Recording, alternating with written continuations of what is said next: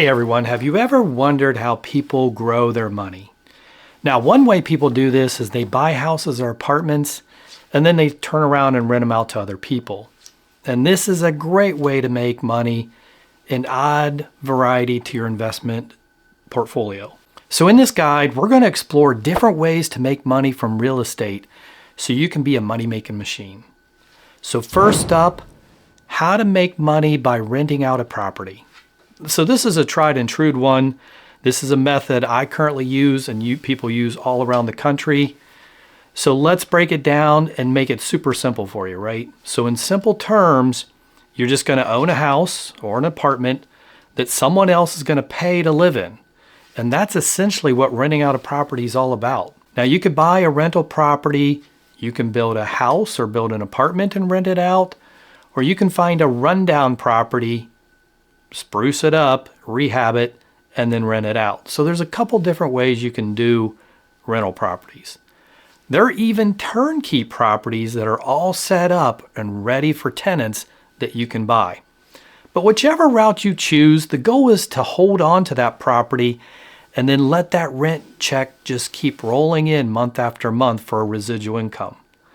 Now, one of the best parts about rental properties is they can provide a steady stream of cash, which is great for earning passive income. But I'm going to be honest with you, it's not all sunshine and rainbows. If something goes wrong with the property, it can really hit your wallet hard. Say you need a new roof or you need a new heating and cooling unit. It can cost a lot of money. Now, if you're thinking big and you want a steady income to live off of, then owning multiple rental properties is really the best way to go. You can use your savings, you can use some home equity, or you can even use some retirement funds to get started. If you're managing rentals, you've got to know the rules for evicting tenants, how to raise the rents. You've just got to know everything about your state and how the law works. Now, if you're fixing up places, you're going to need to know what are the upgrades that'll get you the best bang for your buck as far as rent goes without overdoing it. Now remember, you are going to need money to get started, but it doesn't always have to be your money. As we stated earlier, you could use your 401k or money you saved up, but the best way to do it is to use other people's money to buy property. Start with one property, see if you like it, see if it's something you want to keep doing, and you just keep adding properties on as you start paying down properties or you find other properties to buy. Okay, so on this one, we're talking about flipping real estate and how it can potentially fill your pockets with some really good cash. Now, I know you've seen the reality TV shows where people buy a rundown house, fix it up, and sell it for a huge profit. Well, guess what? That is the real estate strategy called fix and flip. But here's the deal. You find a house that's seen better days, you're going to have to roll up your sleeves or hire somebody to do that, and you're going to have to renovate it. And then you sell it for more than you spent on buying it and renovating it. Sounds simple, right? But hold on to your horses. It's really not as easy as it looks on the screen. I have flipped houses before, and there's a lot that goes to it. So flipping houses is like walking a tightrope. It's all about balance, right? If you spend too much on renovations, or if you don't quite understand what buyers in your area are looking for, you could watch your profits disappear like a mirage in the desert. And here's another reality check. Every day that house isn't sold, you're going to bleed money. That's right. Things like mortgage payments, taxes, maintenance costs just keep ticking away, eating into your potential profit. Now, you might be saying, hey, I can save some cash. I can just do the repairs myself. But unless you're a seasoned contractor with skills to match, this could backfire. If you do shoddy do-it-yourself work, just might not pass inspection, or worse, it could turn off buyers completely because you just didn't do it right. Suddenly, you're not saving money. You're spending more to fix your fixes. The dream scenario is what you really want to do if you're going to really want to flip houses. Find a house that just needs a little bit of TLC, like a fresh coat of paint, some new fixtures, nothing major. And let's be real, I know those gems are going to be really hard to find. You're going to have to be really aggressive to get those great properties that just need a little TLC, and then you can flip it for cash.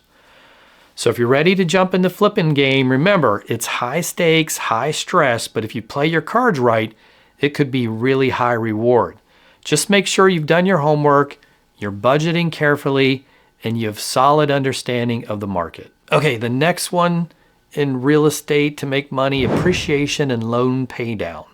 So let's talk about the magic of loan pay down when it comes to rental properties. So if you just imagine you buy a rental property, and instead of paying for all of it at once, you're going to get your mortgage. Now each month you'll send a payment to the bank, obviously, and this payment is split into two parts. You have your interest and your principal. So the interest is the bank's slice of the pie, but the principal, that's your golden ticket. It's like a forced savings plan that chips away at your loan bit by bit. Now here's where it gets exciting, right? Your tenant's rent is the payment that's covering this monthly mortgage payment. So that's right. They're not just helping you pay the bank, they're boosting your wealth by reducing what you owe on the property. Okay, let's put some numbers to this. Say you bought a house for $100,000 with an $80,000 mortgage. You took out a loan for 30 years at 5% interest rate. Fast forward 5 years, and thanks to those monthly payments, you now owe only $73,951.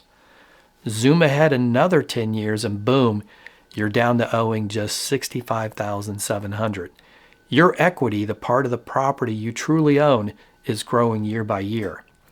I did all my properties at a 15-year mortgage, so I could pay them off faster and I paid less interest.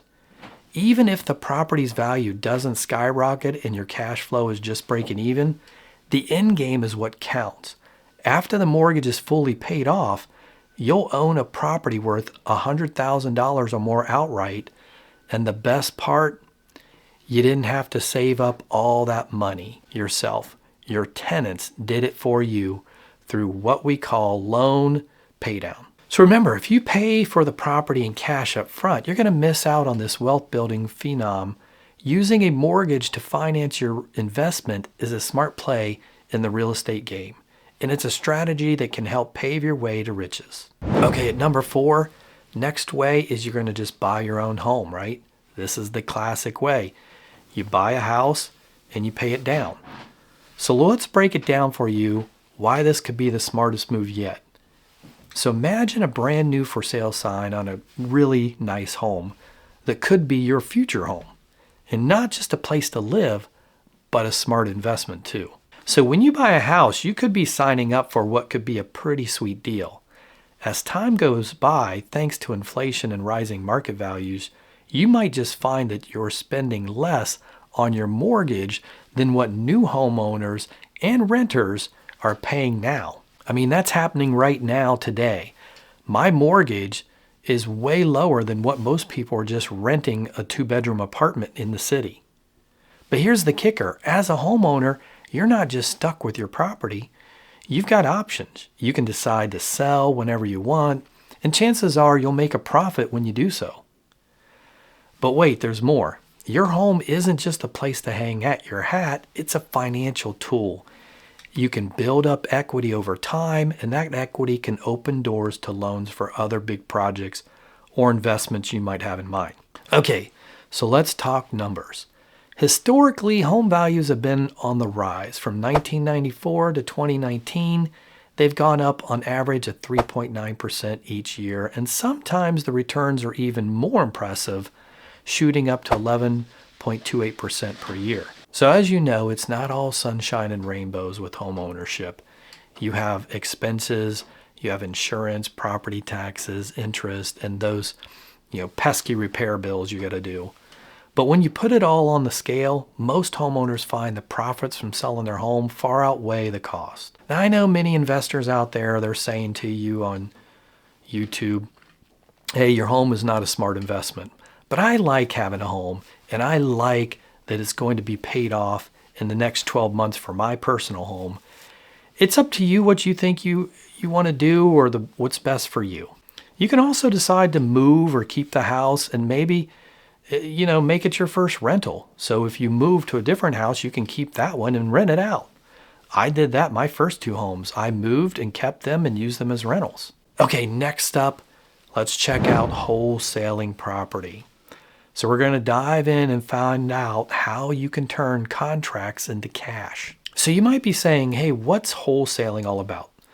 So imagine you're a matchmaker, but instead of setting up dates, you're connecting home sellers with eager investors. And here's the play. You find a seller looking to off-road their property, usually one that's a bit rough around the edges, and you get that home under contract at like a set price. Now in this one, you've got a short window of time to work your magic. You got to find an investor who's looking for a deal and then sell them the home at a higher price than what you've agreed with the seller. So here's the sweet spot. The difference between the 2 prices is your profit. So that's right, you pocket that cash without ever actually owning the home. So think of it like flipping contracts. Instead of flipping houses, you're not swinging hammers or painting walls. You're just using your smarts to link up the right people and make a tidy sum for your troubles. Wholesalers typically earn between 5% to 10% of the sales price, which can add up pretty quickly in profits. But here's the catch. Time is of the essence. You've got to find the investor before your contract with the seller expires, or you might lose your earnest money. That's the cash you put down to show the seller that you're serious about buying. Wholesaling is all about speed, savvy networking, and a good eye for deals. If you're up for the challenge, it can be a very lucrative way to get into the real estate game without a huge upfront investment. And a lot of people, what they do is they'll go wholesale properties, take that extra cash, and then they'll buy rentals. So hopefully you found this video helpful. Give it a thumbs up and hit the subscribe for more videos on wealth building and making money. Let us know your thoughts in the comments.